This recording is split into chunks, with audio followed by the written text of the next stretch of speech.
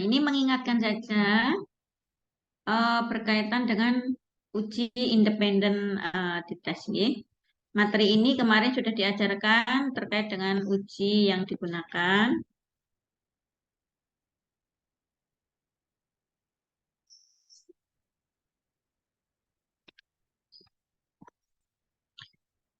Kalau kita lihat, uji independen itu digunakan untuk data numerik yang tidak berpasangan.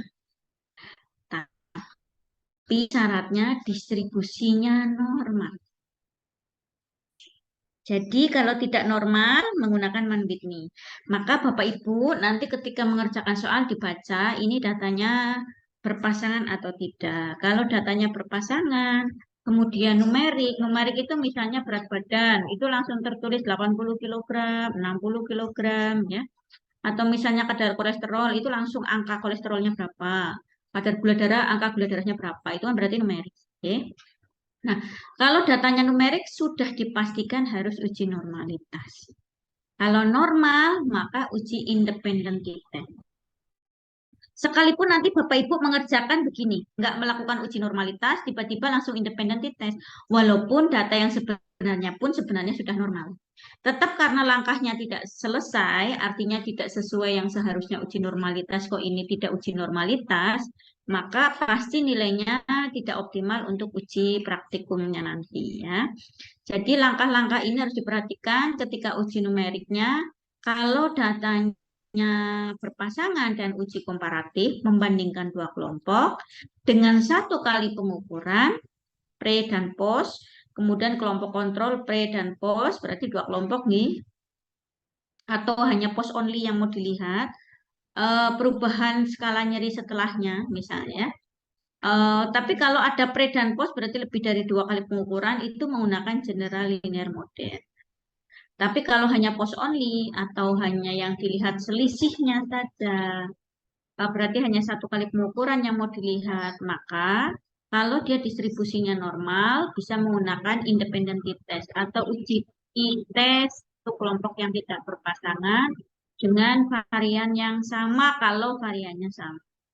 Atau kalau variannya beda ya uji independent t-test untuk varian yang berbeda. Karena sekali ngeklik di situ ada tulisan equal varian atau not equal varian. Ya.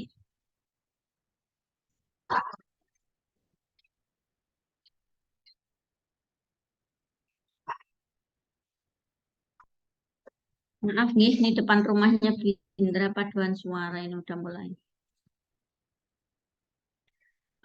Ini cara uji independen test, lakukan uji normalitas data terlebih dahulu. Kemudian jika datanya normal, bisa menggunakan uji independen test. Tapi jika tidak normal, maka transformasi dulu. Kalau datanya kok setelah ditransformasi normal, maka bisa menggunakan independent test. Tapi kalau setelah ditransformasi tidak normal, maka menggunakan alternatifnya yaitu uji Man-Whitney. Man-Whitney U-test. Baru kemudian lakukan langkah uji homogenitas varian. Kita pernah belajar ini. Apakah equal varian asum atau variannya sama atau tidak sama ya hasilnya. Nah, langkahnya kita mungkin saya cek dulu ya, biar nanti rekamannya nggak banyak suara anjing.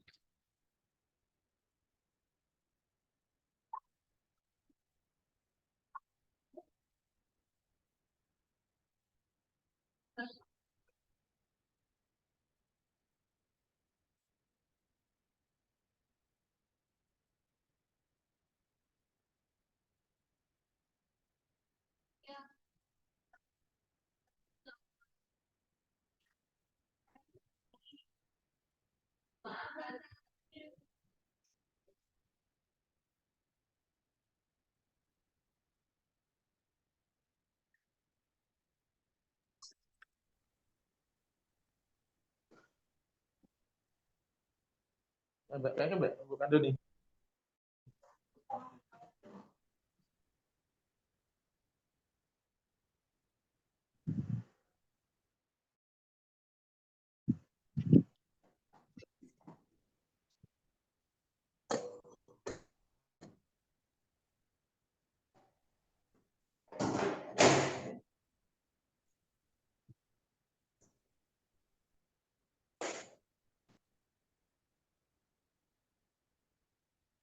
Baik, kita lanjutkan. Ini klik analyze, kemudian kita pilih compare mean, kemudian kita pilih independent sample t. Kemudian kita masukkan variabel dependen ke kotak test variabel. Selanjutnya di variabel independen kita masukkan ke dalam grup. Grupnya ada berapa? Kalau misalnya ada dua kelompok ya kita masukkan angka 1 untuk grup 1, angka 2 untuk grup 2, begitu nggih. Kemudian kalau sudah selesai kita klik continue dan klik OK. Nanti kita coba ya. Nah, gini nggih. Analyze, compare mean, di sini ada independent sample t-test. Nanti akan keluar tampilan seperti ini. Independent sample t-test, kemudian kita pindahkan yang mau diuji.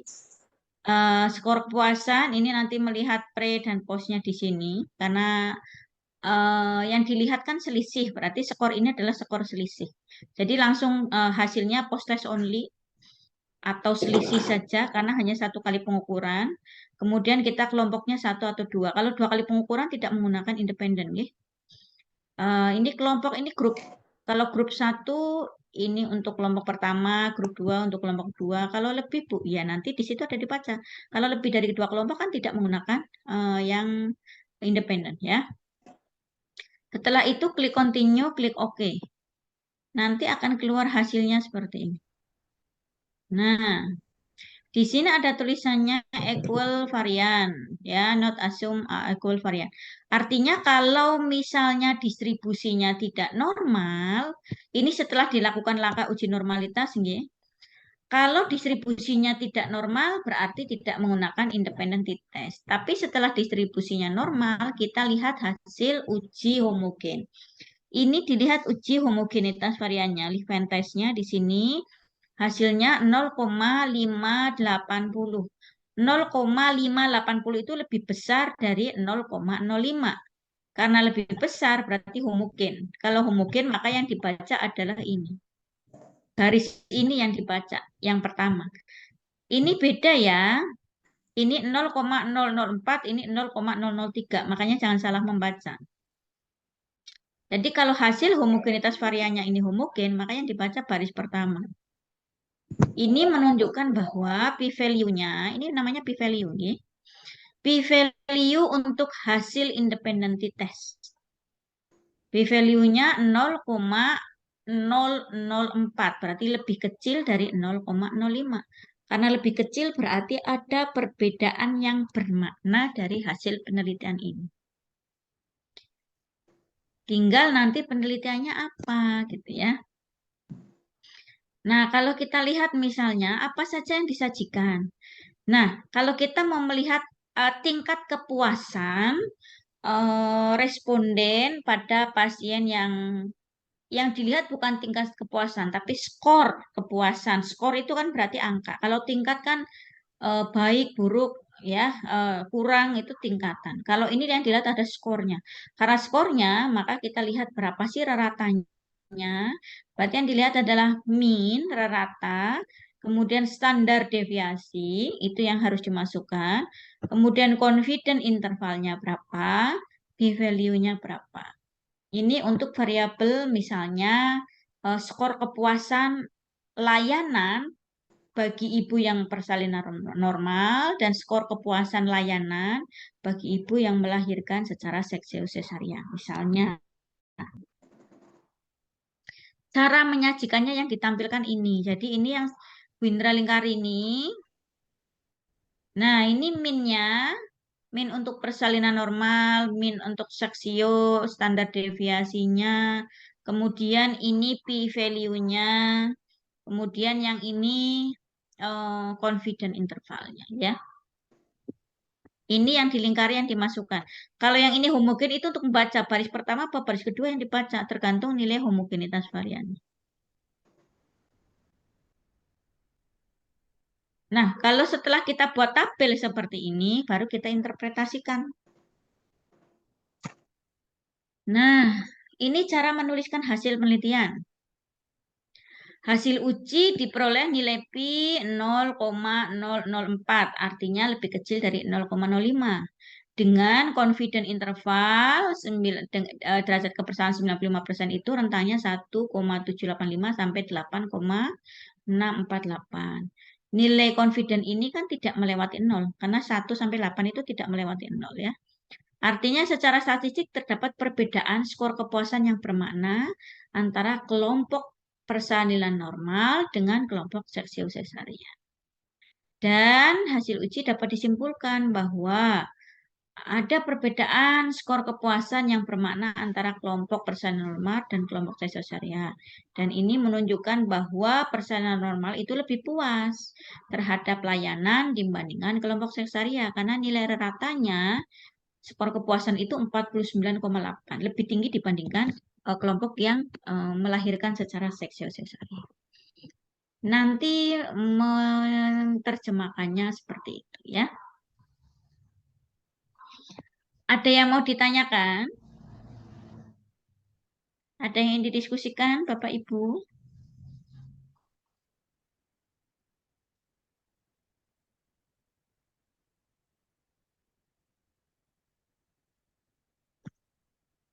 Sudah jelas ya?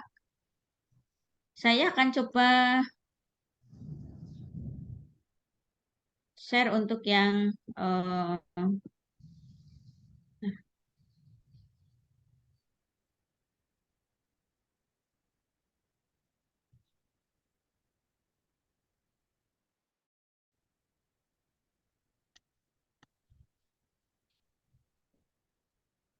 baik. Ini contohnya nih. Bentar, saya lihatkan hasilnya dulu.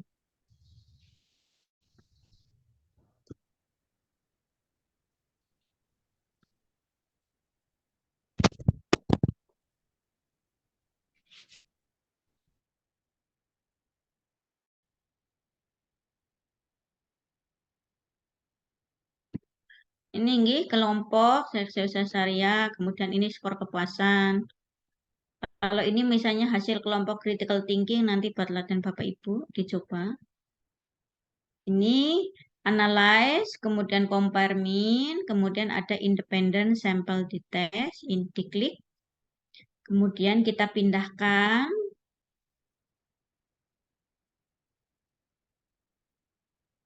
hasil skor kepuasan, kemudian ke groupingnya kelompok persalinan, ke grouping, kemudian kita klik define grupnya.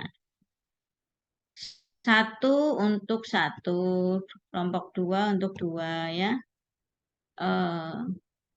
Kemudian continue, kemudian oke. Nah, hasilnya akan seperti ini tadi.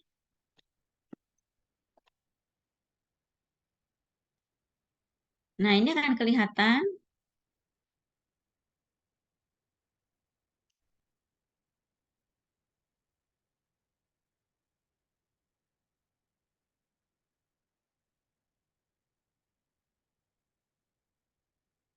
P-value-nya 0,04 tadi ya.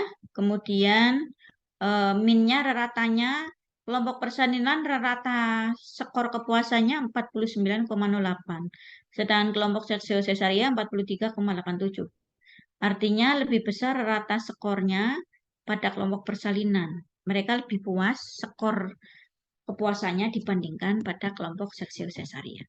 Karena ini yang dibandingkan kan hanya satu ya, skor kepuasan saja antara dua kelompok.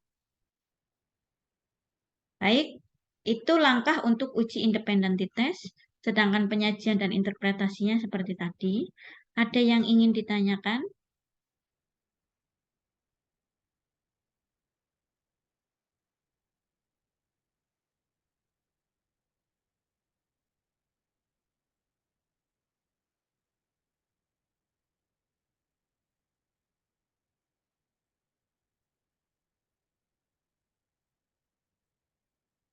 Buatan Bu Indah. Baik, kalau tidak ada yang ingin ditanyakan, walaupun tidak ada di apa namanya RPS, tapi Bu Indra akan mengajarkan untuk yang Manwitney U-Test ya.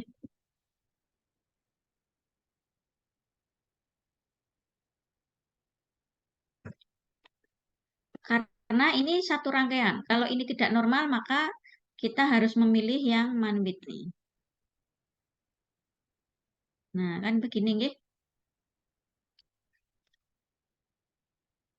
Ketika tidak normal, yang dipikir adalah Manwitney. Bu Indra akan sampai berhenti di Manwitney di sini. Kalau lebih dari dua kali pengukuran, misalnya pretest dan posttest, kalau normal maka pakai CLM.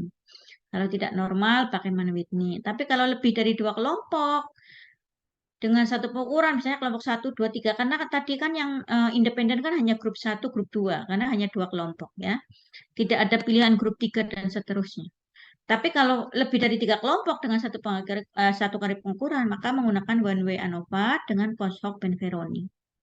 Kalau dengan varian beda, post hoc-nya pakai Tanhen ya.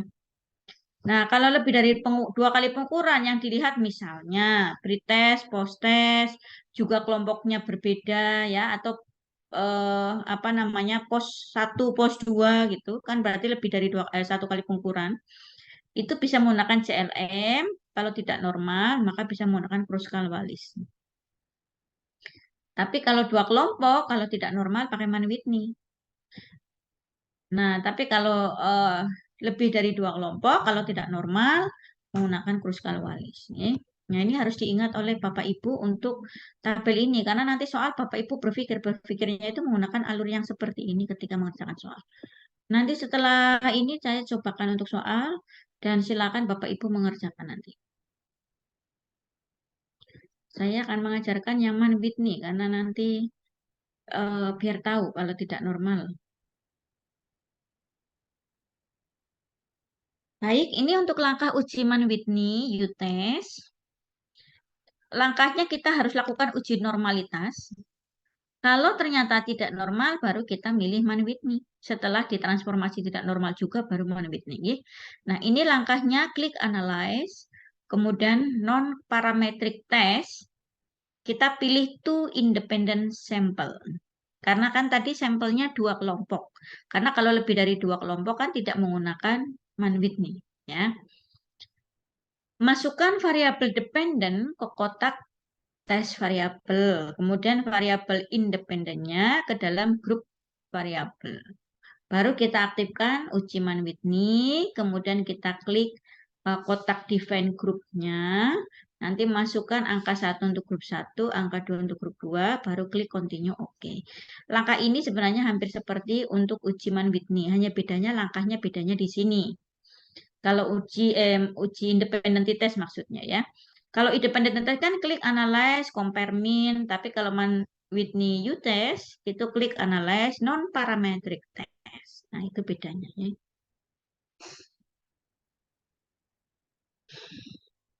Ini analyze non-parametric test, kita klik legasi dialog, kemudian di sini ada tulisan two independent sample. Itu diklik. Kemudian setelah diklik, kita pilih di sini. Skor kepuasan, misalnya anggap tadi tidak normal. Nih. Kemudian nanti pindahkan grup variabelnya kelompok, kemudian define grupnya aktifkan, baru kita pilih seperti tadi, grup 1, grup 2, continue, nanti kita pilih Mann-Whitney U-test. Kemudian klik OK. Kalau sudah klik OK, maka akan tampil seperti ini. Nah, ini makanya menggunakan ring rank, summary rank, gitu ya. Beda dengan yang independen.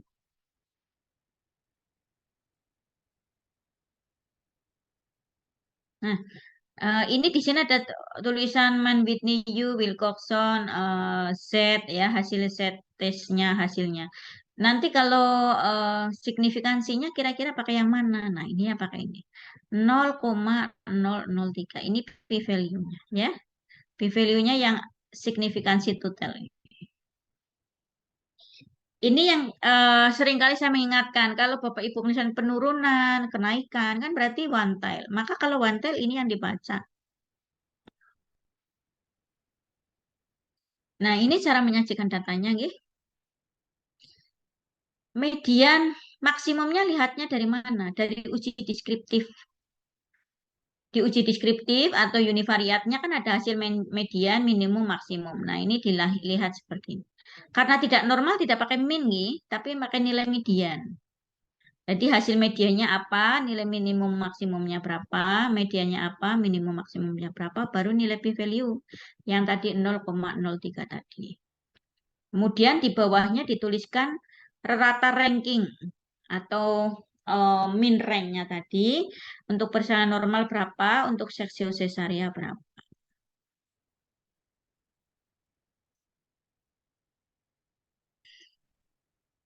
Nah, ini cara menuliskan interpretasi. Tuh.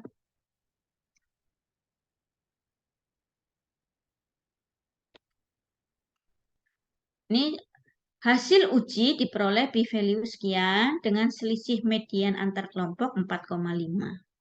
Secara statistik terdapat perbedaan skor kepuasan yang bermakna antara kelompok persalinan dan kelompok seksio sesaria.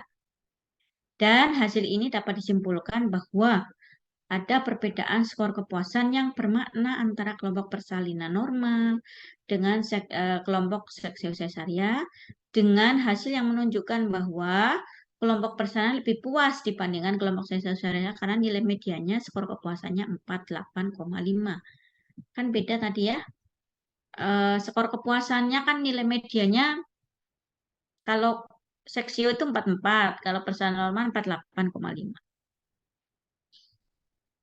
Sampai sini ada yang ingin ditanyakan untuk teman Whitney Yutes.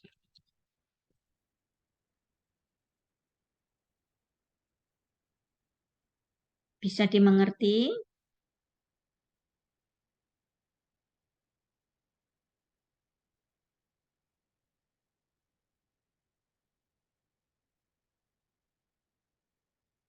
Saya akan cobakan ke SPSS nih. Anggaplah seksio tadi tidak normal distribusinya.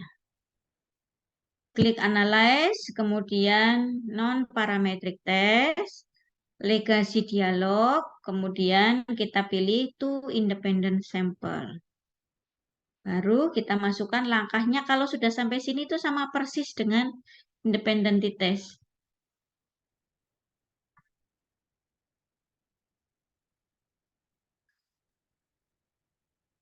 Skor kepuasan, kemudian kelompok persalinannya kita klik di grouping. Kemudian di event grupnya kita aktifkan satu, grup 2 untuk 2, baru kemudian continue. Kemudian Man Whitney U test kita aktifkan, klik OK. Nah, nanti akan kelompok ketemu seperti ini. Begitu nggih? Ada yang ingin disampaikan?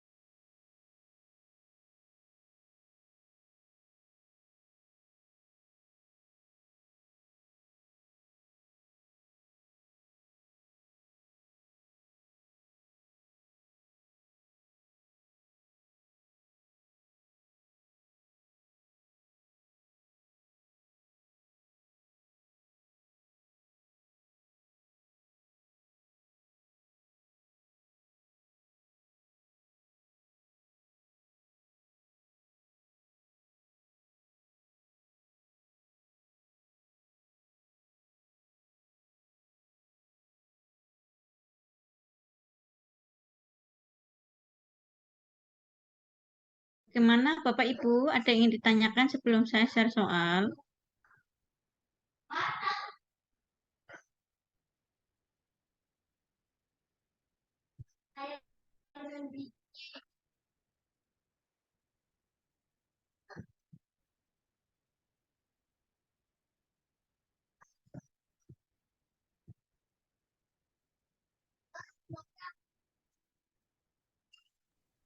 Belum ada Bu Indra, mungkin belajar sama Bu.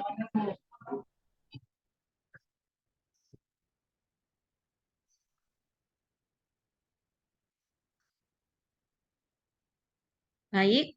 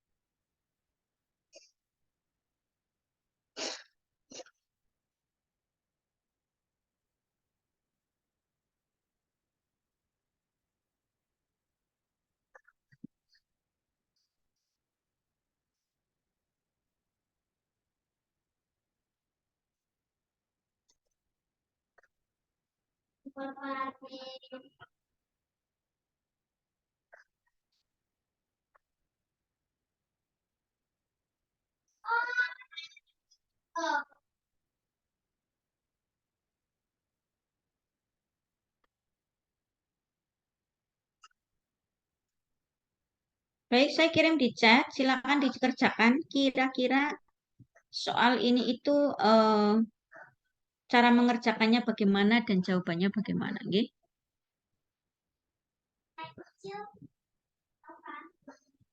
Baik Bu Indra.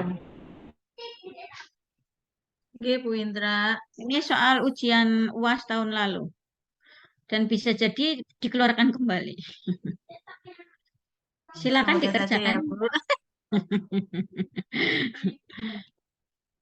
Biasanya 4 set soal soalnya ya, sejumlah 4 pengajar.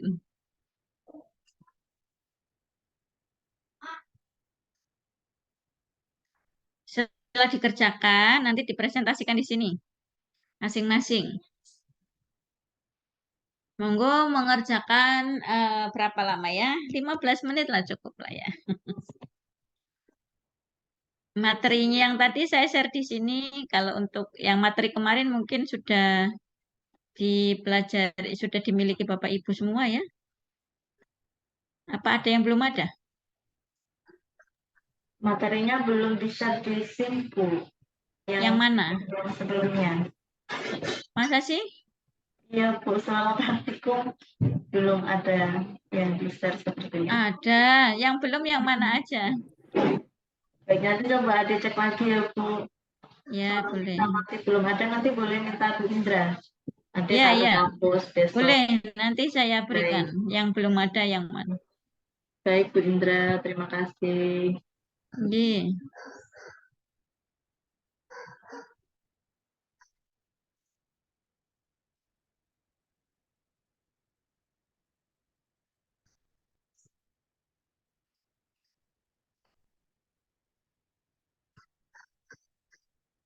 Ini materi yang hari ini, nggih.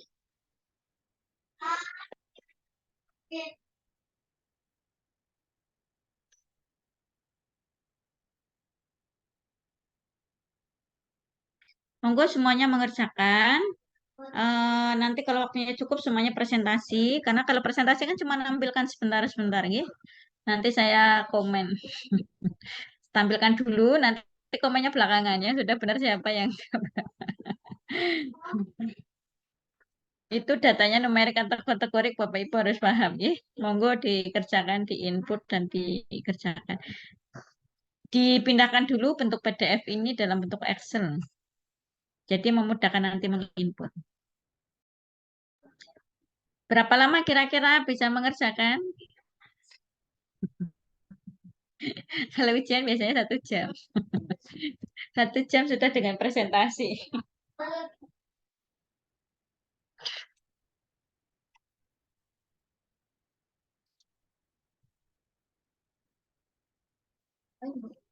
Monggo belajar mengerjakan 20 menit deh. Ya.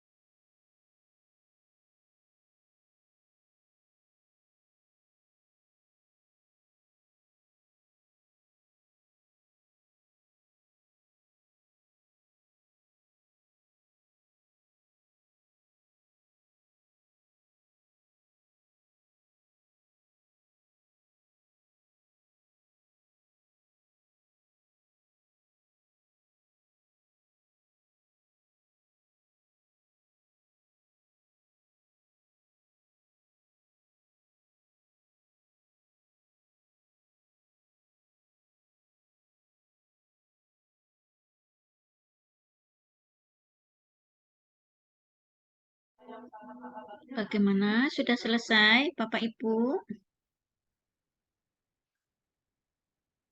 Ada kesulitan?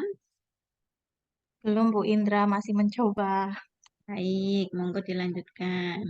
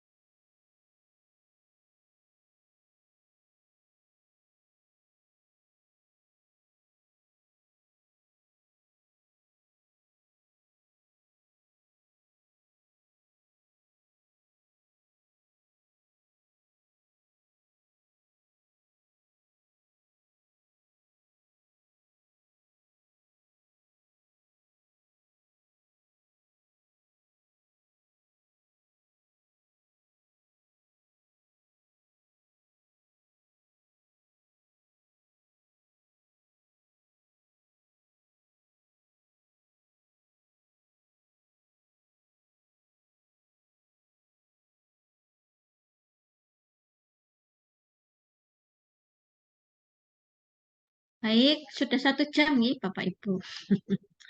Silakan boleh dipresentasikan.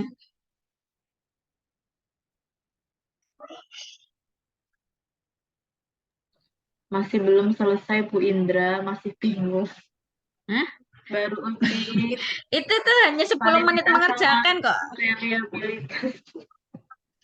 Ini Hmm, dibikin itu kan ya Bu Indra, SPSS kan? betul. Dan itu hanya ya 1 klikan. Iya. Jadi 5 menit Eh, mengerjakan selesai sebenarnya. Ripon. ya. Saya Ada coba kesulitan? itu ya. Saya coba ya Iya, Bu Indra, tapi yang kedua saya memang masih bingung mau pakai metode apa. Cuman itu kategorik sama kategorik ya Bu Indra. boten dong. Itu kan datanya numerik gitu. Ah, anu. Jadi ya Allah. Nggih, nggih, sebentar Bu Indra.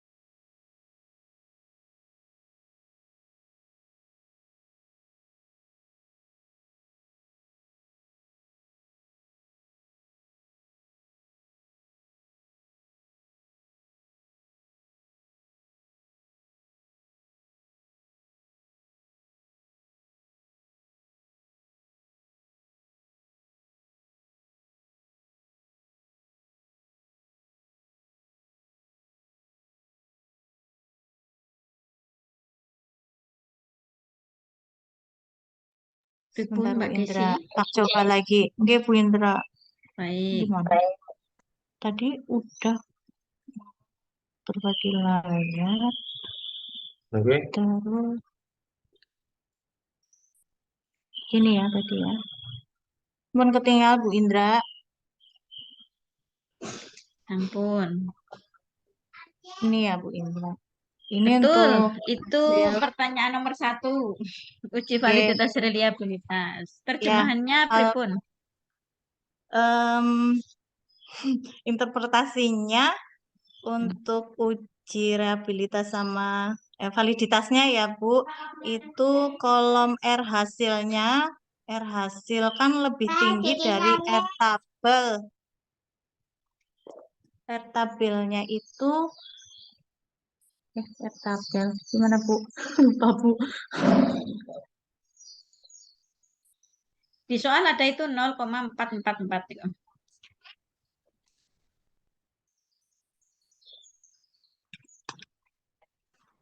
Lupa saya. Kalau yang rehabilitas nilai alfa krombahnya itu kan 0,733. Itu kan lebih dari 0,6 Bu. Jadi pertanyaannya reliable. Terus untuk validitasnya kolom itu kan kita lihat di R hasilnya. Berarti di sini ya Bu, yang angka 0,355, 0,477, terus 0,560, 0,460, 0,648. Itu ya Bu Indra. Itu kan lebih tinggi ya dari R tabel. Sedangkan R tabelnya itu kan kita cara mencarinya karena saya nggak punya R tabelnya itu kan harusnya Boten, di eh, soal itu ada tulisan R tabel. oh ini lah Bu. Nah, di bawah itu ada tulisan R tabelnya 0,444. Sudah dituliskan. Oh oke. 0,4444. Ya, karena kan jumlah respondennya 20 ini. Oke, jumlah respondennya N-nya 20.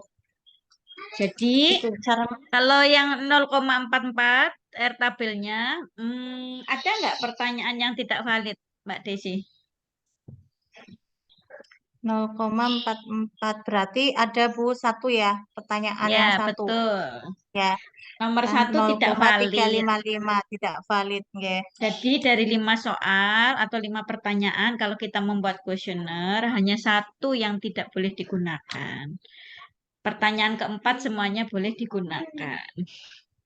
Nggih, Bu ya. Jadi Nggih, nanti baik. kalau kalau pengambilan data yang sebenarnya yang dipakai hanya 4 soal. Karena pertanyaan pertama tidak valid. Yang Gitu, nggih. pertama tidak valid. Nggih, Bu Indra, terima kasih. Kalau yang Nggih, kedua matur saya nuwun. masih bingung, Bu. Iya, Nggih, matur suwun.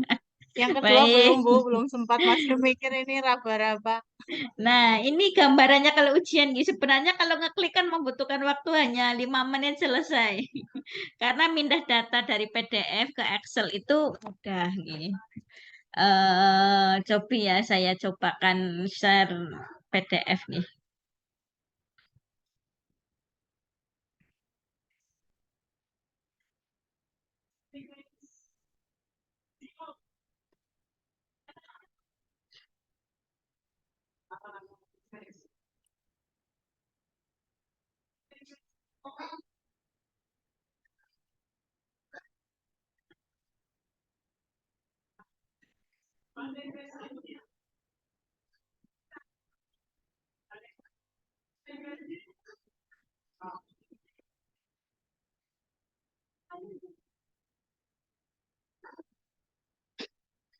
Gini kan gitu, Bapak Ibu.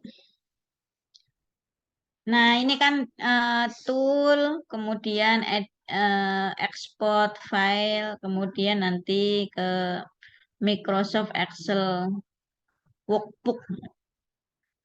Nanti kalau sudah kita klik, nanti akan diekspor soal ini dalam bentuk Excel.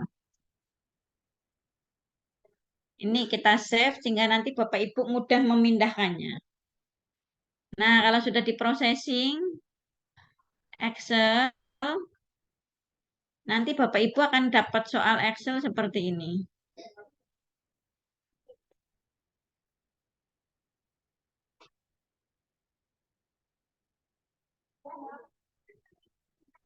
Gini nggih. Ini kan sudah dirubah ke Excel. Tinggal di copy dari satu langsung seperti ini, kontrol, terus langsung pindahkan eh, ke SPSS-nya. Bentar, saya sudah pindahkan. Nah, kan nanti akan tampilan seperti ini kalau dipindahkan, nggih. Kemudian variabel view-nya yang tinggal kita rubah nomor, nama, umur, P1 atau pertanyaan 1, pertanyaan 2. Nah, nanti labelnya di sini ya, nomor responden gini.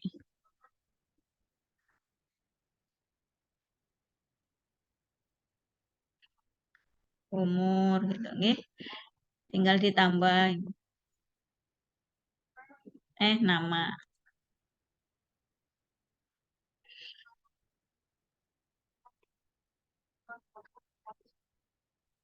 Nah, dan seterusnya nanti tinggal di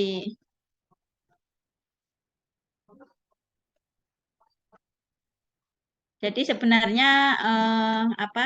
Eh, maaf.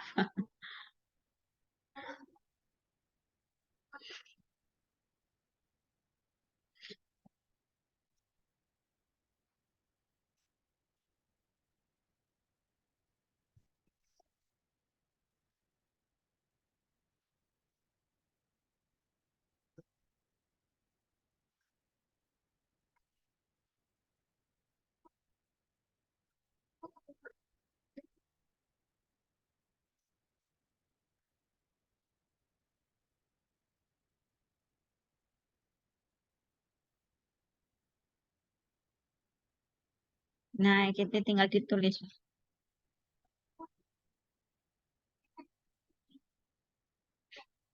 Nyata ya. Kalau sudah dirubah, ini dirubah, sudah, baru kita masuk ke pengolahan, kan mudah deh.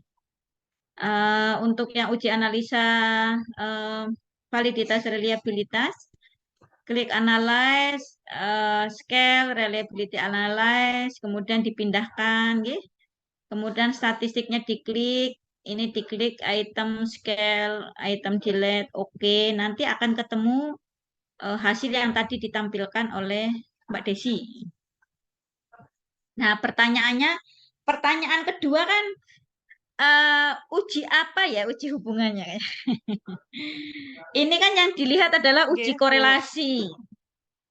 Uji korelasi berarti yang digunakan adalah uji hubungan, bukan uji komparasi, karena tidak membandingkan apakah kelompok open section dan close section kan nggak ada.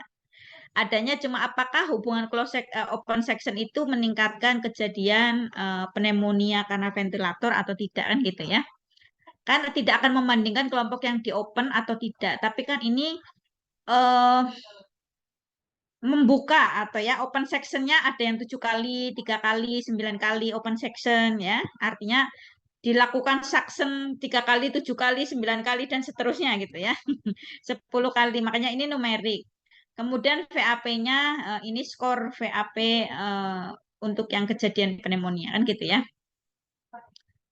Nah, berarti ini numerik dengan numerik. Maka kita lakukan langkah yang namanya uji normalitas data. Diklik dulu, kemudian kita klik deskriptif, explore gitu ya. Kemudian dipindahkan, ini harus dilihat kedua-duanya, open section dan VAP. Kemudian kita klik plot, baru kita klik normality plot witness. Nanti hasilnya apa? Normal atau tidak? Coba ya, Bu Indra lihatkan yang.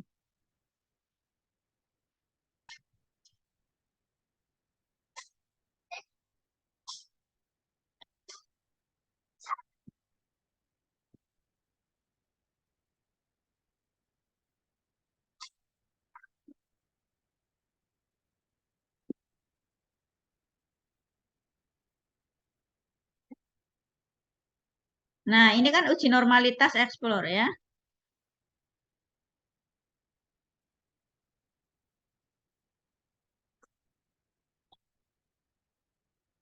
Nah, ini akan kelihatan uji normalitasnya.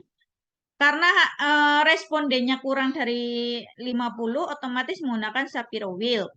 Ini hasilnya 0,200. Berarti lebih kecil atau lebih besar dari 0,05.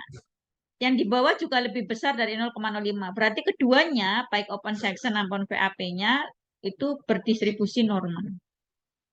Kalau normal berarti ujinya menggunakan persen korelasi. Kalau nggak normal, Bu, ya pakai uji alternatifnya, pakai Spearman. Berarti kita harus melakukan langkah uji persen korelasi. Nah, kliknya mudah, makanya sebenarnya ini ujiannya nggak butuh waktu 1 jam, tapi yang lama itu mikir. Karena mindah datanya itu hanya tinggal copy paste itu udah langsung selesai. Merubah dari PDF ke Excel hanya sekali klik, itu paling butuh waktu 1 menit. Kemudian copy paste dari Excel ke apa SPSS itu ya butuh waktu sak klikan. Nggak ada 1 menit ya. Kalau misalnya merubah 5 menit lah misalnya. Kemudian nggak klik reliability dan sebagainya itu nggak butuh waktu yang lama. Yang lama itu mikirnya langkahnya apa. Nah itu biasanya yang lama ya. Ini normalitas apa enggak? Ya ujinya pakai apa? Ini uji korelasi apa komparasi? Kalau tidak membandingkan antara kelompok open dan close section ya section terbuka dengan section tertutup ini kan berarti membandingkan. Nah itu kalau membandingkan berarti komparasi. Kalau ini kan tidak membandingkan ya. Yang dilihat adalah seberapa sering kita melakukan open section atau section secara terbuka dengan skor untuk VAP-nya ya. Nah, kalau kita menggunakan karena kita tahu tadi ya uji analisa datanya. Nah, ini ya saya perlihatkan. Nah, ini harus diingat karena ini ujinya korelasi. Datanya numerik dengan numerik, distribusinya normal. Berarti menggunakan person korelasi, ya. Karena person korelasi berarti langkah ujinya langkah person korelasi. Kita mulai dari langkah person, ya. Klik analyze, apa coba langkahnya? Mbak Ade inget nggak?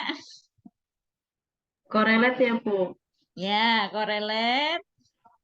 Terus bivariat. Bivariat, Ya, terus baru baru di situ ada pilihan person person. korelasi. Oke. Ini pindahkan semua datanya ke sini ya. Terus pilih two-tail karena nggak ada tulisan penurunan Two-tail. atau peningkatan. Jadi menggunakan Nah, two-tail. Tapi kalau ada two-tail. penurunan, misalnya penurunan nyeri gitu ya, kemudian penurunan tekanan darah, maka menggunakan one-tail ya. Penurunan suhu One-tail. tubuh menggunakan one-tail. Tapi kalau nggak ada menggunakan two-tail. Nah, kalau sudah klik OK gitu. Nanti akan keluar tampilan hasil yang seperti ini ya. Nah, tadi kan yang mau dibandingkan adalah seberapa sering kita melakukan section secara terbuka dapat menyebabkan atau meningkatkan angka potensi untuk terjadinya pneumonia kan gitu ya. Skor pneumonia pada pasien yang terpasang ventilator. PAP kan pneumonia karena ventilator ya. Berarti yang dilihat adalah p-value-nya kan ini 0,046. 0,046 itu lebih kecil dari 0,05. 0,05 kan setara dengan 0,050. Kalau ini 0,046 berarti lebih kecil. Kalau berarti kecil itu berarti ada hubungan yang bermakna antara open section atau tindakan section secara terbuka terhadap kejadian ventilator pada pasien yang terpasang terjadinya pneumonia pada pasien yang terpasang ventilator. Nah, gitu ya. Karena apa? Karena p-value-nya 0,046, lebih kecil dari 0,0. Nah, ini penting menganalisisnya. Ini pakai uji apa gitu ya. Ini uji korelasi atau komparasi dulu ya. Kemudian datanya berpasangan enggak, numerik enggak. Ini penting gitu. Jadi sebenarnya mengerjakannya itu sebentar. 5 menit itu selesai. Ya lama itu mikirnya, betul nggak? Betul, Bu. Oke, Bu. Jadi kenapa saya mengajar itu membuat bagan itu memudahkan Bapak Ibu memahami ini soalnya apa ya? Datanya apa ya? Oh, ini hubungan ya. Walaupun judulnya hubungan bukan belum tentu melihatnya hubungan. Contohnya misalnya gini, hubungan pemberian ASI eksklusif dengan kejadian stunting. Tapi datanya di situ eksklusif, tidak eksklusif, atau stunting, tidak stunting. Berarti membandingkan antara yang eksklusif dengan tidak eksklusif. Maka walaupun judulnya hubungan, karena membandingkan antara yang diberikan eksklusif dengan tidak eksklusif, maka bisa menggunakan uji komparasi. Ya. Seperti apa sih anak yang diberikan ASI eksklusif? Apakah dia stunting, apa enggak? Nah, gitu maksudnya. Maka diperhatikan betul datanya apa, mintanya apa, sehingga kita bisa memilih uji yang tepat. Nanti yang dikumpulkan itu ini, SPSS-nya, kemudian terjemahannya, interpretasi yang Bapak Ibu, yang biasanya Ibu Indra tampilkan, interpretasi hasil. Nah, itu yang dikumpulkan. Karena dengan melihat ini saya bisa tahu, kayak gini, oh Bapak Ibu melakukan uji ini kan ada tulisan explore, bla bla bla. Oh, berarti dilakukan uji normalitas dulu. Berarti pinter, karena dia datanya numerik, ujinya normalitas dulu. Setelah uji normalitas, baru oh ini langkahnya korelate, ya dan bla bla bla sehingga ketemu hasilnya uji person korelasi. Oh, dia ngerti. Setelah uji normalitas, baru oh celana normal maka menggunakan person. Kalau tidak normal maka menggunakan uji Spearman kan gitu ya. Nah, ini langkahnya sudah betul, hasilnya sudah betul gitu. Kalau inputnya betul, maka hasilnya betul. Kalau copy paste sudah pasti hasilnya betul. Oh, tinggal di copy dok, ya. Di blok saja. Kan di blok paste copy, paste blok udah nggak usah nulis. Nah, kemudian langkah reliability-nya ini juga sudah betul. Langkah reliability-nya, reliability title, bla bla bla. Ini kan sudah ketahuan hasilnya ya. Nah, ini hasilnya ini. Tinggal nanti yang dilihat adalah interpretasi. Cara membaca hasilnya benar apa? Berarti eh ibarat kata ya 60% nilai sudah diperoleh ya. Disempurnakan 100% kalau interpretasinya betul. Kan ada dua interpretasi ya. Menginterpretasikan hasil uji reliabilitas dan menginterpretasikan hasil person korelasi. Maka kalau kedua nilai tersebut benar, bisa mengolah dan bisa menginterpretasikan, maka sudah dipastikan nilainya 100. Paling sering adalah ketidaktepatan langkah, yang kedua ketidaktepatan memilih uji apa yang mau digunakan. Ketiga, sudah benar semua tapi nggak ngerti cara baca. Jadi cara nulis interpretasinya nggak betul. Nah, itu yang paling sering membuat nilainya nggak bagus. Jadi kadang-kadang kalau misalnya mahasiswa tanya, Bu, kenapa saya ngulang ya? Perasaan betul lah, itu pakai perasaan. Setelah saya jejer, saya bahas, ini soal A, harusnya begini. Oh, ujinya itu ya, Bu. Nah, itu baru uji tes salah ya. Soal B, harusnya langkahnya ini. Oh, loh, saya nggak melakukan langkah A, B, C, D. Nanti ya nggak normalitas, nggak uji homogen. Nah, itu sudah ketahuan salahnya di mana ya. Bu, hasilnya betul, setelah itu dibaca interpretasi. Loh, salah ya, Bu, nulisnya. Iya. Seringkali lupa itu begini. Uji homogen, kan yang dilihat disebut homogen itu kalau p-value-nya lebih besar dari 0,05. Tapi kalau p-value disebut bermakna kalau lebih kecil dari 0,05. Kan begitu ya? Nah, itu yang suka terbalik. Terbalik ya namanya orang lupa nggak ini ya. Nggak mah itu yang dipikir banyak. Apalagi Bapak Ibu sambil bekerja. Ada pasien ini, saya lagi ujian. Nah, itu punya resiko ya. Itu Bapak Ibu, ada yang mau ditanyakan? Mudah ya. Jadi mengerjakannya cepat sebenarnya. Mindahkan ngekliknya cepat. Yang lama itu tadi, ujinya apa itu lama ya, mikir dulu. Betul tidak? Ada yang kesulitan? Saya kasih soal buat PR nanti kumpulkan ya. Kumpulkan jadi satu melalui Sinten nanti kumpulkan ke Bu Ine. Jangan gini, kalau bisa dikerjakan sendiri, jangan punya temannya maksudnya ya. Dikerjakan itu untuk tahu seberapa besar atau seberapa mampu kita menerjemahkan soal itu. Dan bagaimana mengerjakannya. Ujinya benar nggak? Untuk latihan sendiri. Latihan ini kan cuma Bu Indra melihat Bapak Ibu kira-kira kalau diberi soal bisa nggak ya ngerjakan gitu ya. Jadi nanti membuatnya dua nih, outputnya yang dikirim dan eh, Word yang isinya adalah interpretasi hasil. Jadi nanti cara-cara interpretasi hasil Bapak Ibu sudah punya kan di PPT-nya yang Bu Indra berikan. Nah, itu kata-katanya tinggal di copy nanti dirubah kata angkanya dengan kata-katanya tadi soalnya apa. Jadi nggak banyak menulis gitu ya. Nah, itu disiapkan. Oke. Baik, Bu Indra, dikumpulkan kapan ya, Bu? Maunya kapan?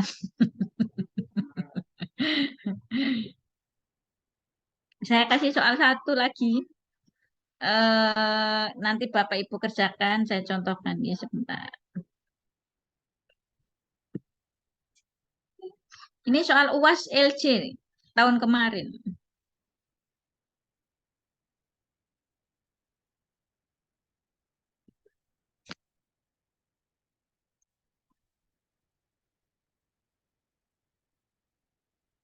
Bu Indra, berarti ujiannya nanti kayak gitu ya, Bu? UASnya Tuh, besok. ya. Dan waktunya hanya 1 jam, Gi. Sebenarnya waktunya itu kalau kami yang mengerjakan dan kalau Bapak Ibu sudah paham itu mengerjakan sebentar, nggak ada setengah jam selesai. Percaya. Kayak tadi Bu Indra mengarahkan kan sebentar, Gi. Yang lama itu biasanya mikirnya, makanya itu nanti PPT-nya disiapkan, dipelajari dengan baik. Nah, ini contohnya ini soal LC ini. Nah, ini soal LC ini. Tuh, kelas LC. Nah, cuma ini Pak Yanto ini saya pendidikan profesional salah ya, harusnya prodi S1 ya. Prodinya yang salah. Tapi ini soal LC. Nah, ini kan ada tulisan sebelum dan sesudah. Pasti ada pertanyaan 1, 2, 3, 4, 5. Itu pasti soal tentang uji validitas reliabilitas keluar. Jadi suka tidak suka Bapak Ibu harus menguasai cara uji validitas reliabilitas. Kalau ini adalah tadi uji-uji korelasi atau komparasi. Kalau sebelum dan sesudah sudah dipastikan bukan komparasi. Betul ya? Karena membandingkan kan antara sebelum dan sesudah sudah pasti adalah uji komparasi, bukan uji korelasi. Kalau angka-angka seperti ini sudah pasti adalah numerik. Kalau sebelum dan sesudah sudah pasti adalah berpasangan. Maka dicari uji korelasi berpasangan data numerik begitu. Ya, bisa dimengerti? Iya, Insya Allah, ada Bu. bingung. Baik. Ada yang mau ditanya? Bu, apa ada yang datanya komparasi? Ada. Soalnya nanti setiap mahasiswa yang diuji Bu Indra ini, nanti misalnya Mbak Ade dapat soal tipe A, gitu ya, Mbak Desi tipe B, Mbak Adisa tipe D, ya misalnya. Terus nanti Mas Antoni tipe C, dan seterusnya. Jadi akan ada 4 tipe yang beredar dalam satu kelompok. Jadi setiap orang berbeda. Nanti akan dilihat absen sekian, dapat tipe A gitu ya. Sekian dan sekian tipe B gitu. Oke, baik. Jadi PPT-nya diingat, bagannya diingat. Bagan itu memudahkan. Oh, ini komparasi berpasangan. Sebelum dan sesudah berarti hanya 2 kali perlakuan. Nah, itu dilihat. Datanya numerik, berarti uji homogenitas, uji normalitas. Berarti uji homogenitas ya, dilihat. Nah, langkahnya itu harus diikuti sesuai bagan. Mun, sudah 2 soal ya. Itu kalau soalnya dikeluarkan lagi, Bapak Ibu bisa mengerjakan. Sudah dijamin 100. Kalau bisa. Baik nih. Nanti saya berikan soalnya, dikerjakan nanti nih. Buat latihan. Baik, Bu Indra.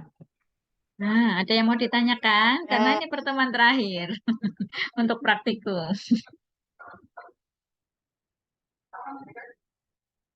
Jelas? Insya Allah, Bu. Bu Indra, Baik, nanti. untuk materi yang belum di-share, besok saya bisa minta ke Bu Indra jam berapa, Bu?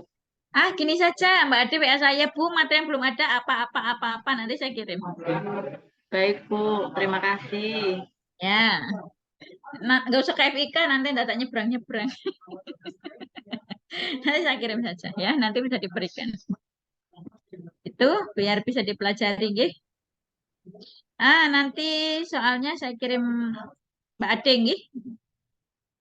Baik, Bu. Kalau tidak ada yang ingin didiskusikan lagi, mudah-mudahan Bapak Ibu bisa mengerti. Makanya tadi ketika Mbak Ade pun langsung dengan materi, kayaknya nggak cukup deh, karena Bu Indra janji mau ngelatih soal. Nanti kalau ada latihan, nanti nggak cukup ya. Mas Adit, ada yang mau ditanyakan? Jelas tidak tadi Mas Adit langkahnya? Boten, Bu. Jelas nggih? Mungkin yang boten jelas tangklet Mbak Ade, Bu. Gitu. Ya boleh, nanti rekamannya dibaca, didengarkan dan dilihat boleh lah ya. Nanti boleh nanya, Sinten sebelum ujian boleh tanya kok ya. Tapi kalau udah ujian jangan tanya, Bu Indra ini ujiannya apa ya? Nggak boleh. Nanti biasanya di switch. Nanti Mbak Ade dan kelompok ini semuanya akan diawasi mungkin Pak Yanto. Kelompok Pak Yanto akan diawasi Bu Indra kayak gitu. Ini kelompok Pak Amal diawasi Sinten di switch pengajarnya ya. Jadi akan melihat bahwa yang diajar Bu Indra itu kira-kira paham semua enggak ya gitu ya. Yang diajar Pak Yanto paham semua enggak ya.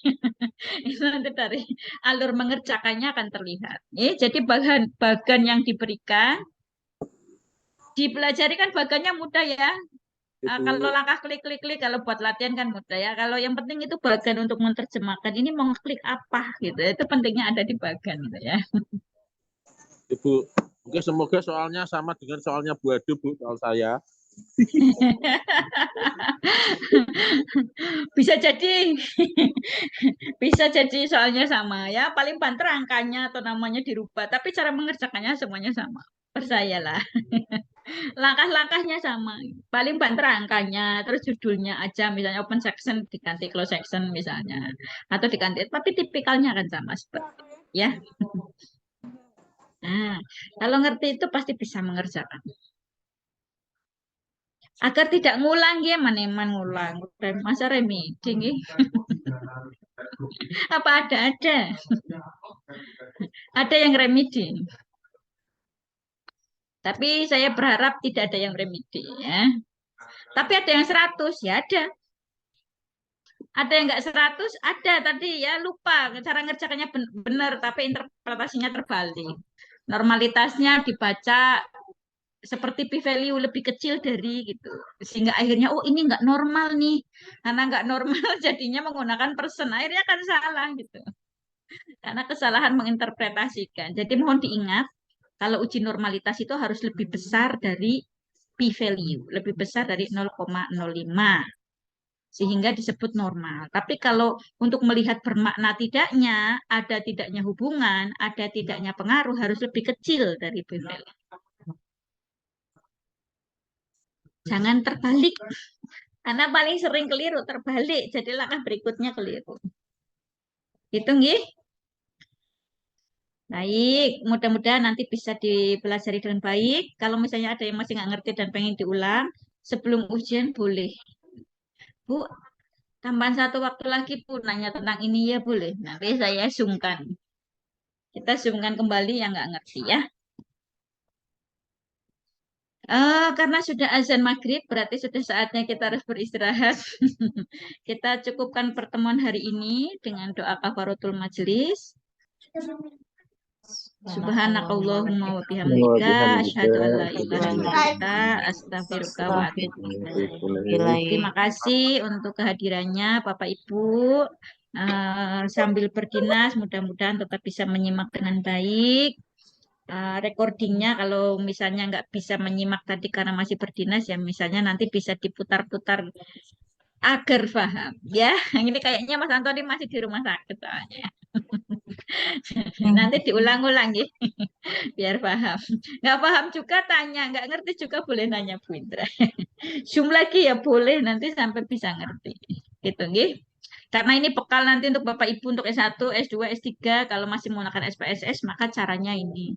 Tapi kalau S3 sudah mulai belajar SEM PLS ya. Kalau sekarang belum diajari SEM PLS. Nanti karena S1 masih menggunakan yang SPSS, tapi nanti kalau S3 pemodelan menggunakan PLS, SEM PLS. Lebih ribet ya, bisa iya, bisa tidak itu. Memang caranya berbeda dengan SPSS. Karena dia melihat model. Oke, tapi nanti akan ada saatnya. Bisa jadi ibu-ibu berpikir ala Bu, sudahlah cukup S1 belum tentu loh. Nanti kalau dituntut jadi manajer, jadi direktur keperawatan harus S3 ya suka tidak suka Bapak Ibu harus belajar. Spesialis nanti akan belajarnya SPSS dan SEM. Nah, gitu nggih. Semangat nggih Bapak Ibu.